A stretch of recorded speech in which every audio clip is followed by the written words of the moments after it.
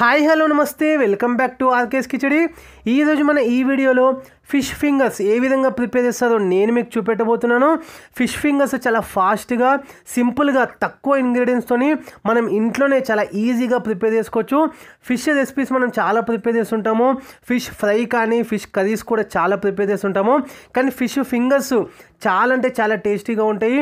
సాస్తో తిన్నా బాగుంటుంది and evening స్నాక్స్గా sauce లేకున్నా కానీ ఇంకా చాలా టేస్టీగా ఉంటుంది। సో ఒక్కసారి ట్రై చేయండి। లేట్ చేయకుండా ఫిష్ ఫింగర్స్ ఏ విధంగా ప్రిపేర్ చేస్తారో వీడియో అనేది స్టార్ట్ చేద్దాం। ఫిష్ ఫింగర్స్ ప్రిపేర్ చేసుకోవడానికి ముందుగా ఫిష్ తీసుకుంటున్నాను। ఒక పావు కేజీ అంత ఫిష్ తీసుకున్నాక దీన్ని మనం ఇట్లా ఈ విధంగా ఈ పొడవుగా ఇట్లా మనం కట్ చేసి పక్కన పెట్టుకోవాలన్నమాట।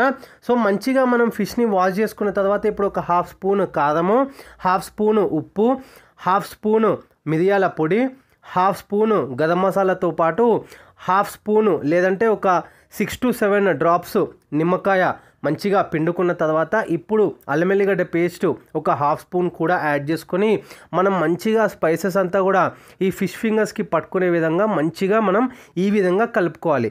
ఇప్పుడు కలుపుకొని అది పక్కన పెట్టుకుందాము। అట్లీస్ట్ ఒక 10 minutes to 15 minutes వరకు మనం దాన్ని అట్లనే మ్యారినేషన్లో పెడదాము। సో 10 to 15 minutes అయిన తర్వాత మీరు చూసినట్టయితే ఫిష్ ఫింగర్స్ ఈ విధంగా ఉంటుందన్నమాట। ఇప్పుడు మనము ఫస్ట్ స్టెప్ వచ్చేసి మైదా పిండిలో మనం మంచిగా కోటింగ్ అనేది ఇవ్వాలి। సెకండ్ స్టెప్ వచ్చేసి ఎగ్లో మంచిగా దాన్ని డిప్ చేయాలి। థర్డ్ వచ్చేసి బ్రెడ్ క్రమ్స్లో మంచిగా దాన్ని కోటింగ్ అనేది ఇవ్వాలన్నమాట। ఒకవేళ మీరు మైదా పిండి వద్దనుకుంటే మీరు స్కిప్ చేసుకోవచ్చు।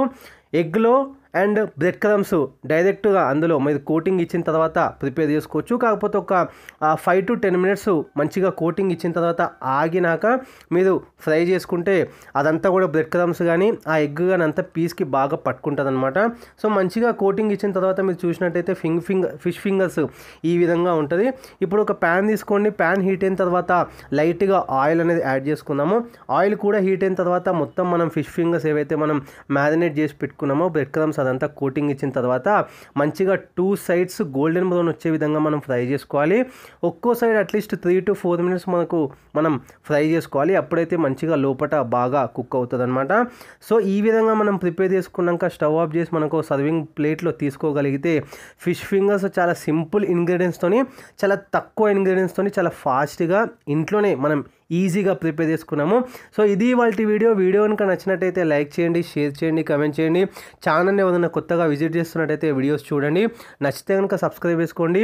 మీకు ఏమైనా డౌట్స్ ఉంటే ఇన్స్టాగ్రామ్లో ఫాలో అవ్వచ్చు, లింక్ నా అబౌట్ సెక్షన్లో ఉంది, ఒకసారి చూడొచ్చు ఛానల్ విజిట్ చేసిన తర్వాత। So thanks for watching this video.